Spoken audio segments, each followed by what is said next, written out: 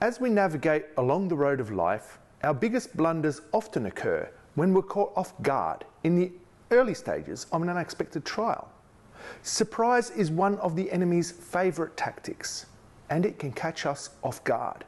It can result in the loss of vision and cause us to head off in a direction that does not align with our assigned mission.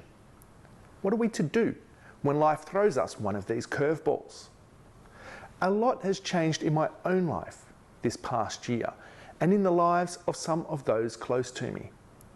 Things don't always go to plan or work out the way that we may have hoped for. How do we regain our centre? How do we find our stability and reorient ourselves so that we can head back in the right direction? One of the verses I've been reflecting on during this period is Psalm 37 verse 7. Rest in the Lord and wait patiently for him. Do not fret because of those who prosper in their wicked ways. If we needed to distill a principle out of this verse that we could deploy when we find ourselves off course, I propose that it would be to remain steadfast.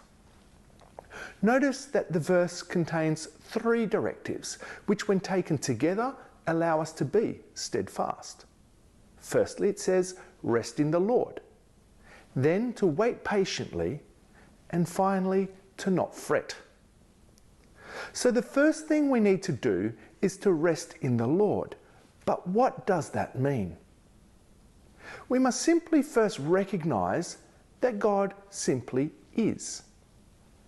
That he is an authority and power that is higher than ourselves. Our lives must therefore be lived in submission to him and his word. We must place complete trust in his faithfulness. This is our duty as followers of Christ. The path to follow is defined for us by the first 3 of the 10 commandments. As we walk these out in our lives, we enter into the Lord's rest, the Sabbath rest as defined by the 4th commandment. Now, whilst rest is our ultimate destination, when we follow the path that our King has set in front of us, when we travel along his highway, we receive today the security and rest that being on this highway affords us. It is the highway that our King has responsibility for. It is he who maintains and secures it, and this provides us with rest today as we proceed along our journey. This leads us to the second directive, to wait patiently. As we become attuned to the voice of his Spirit within us, we are to wait patiently. Waiting itself is not passive. We've spoken about this previously in Caleb's journal. The deeper meaning behind waiting is to be in a process of binding oneself closer to the Word of God in order to gain strength. In the same way that the individual strands of a rope gain strength when they are bound tightly together. Again, this is a process, one which requires time. We are to do this in patience. Remember that time is a strategic advantage. Patience acts as a weapon. It unveils the truth and exposes hidden motives.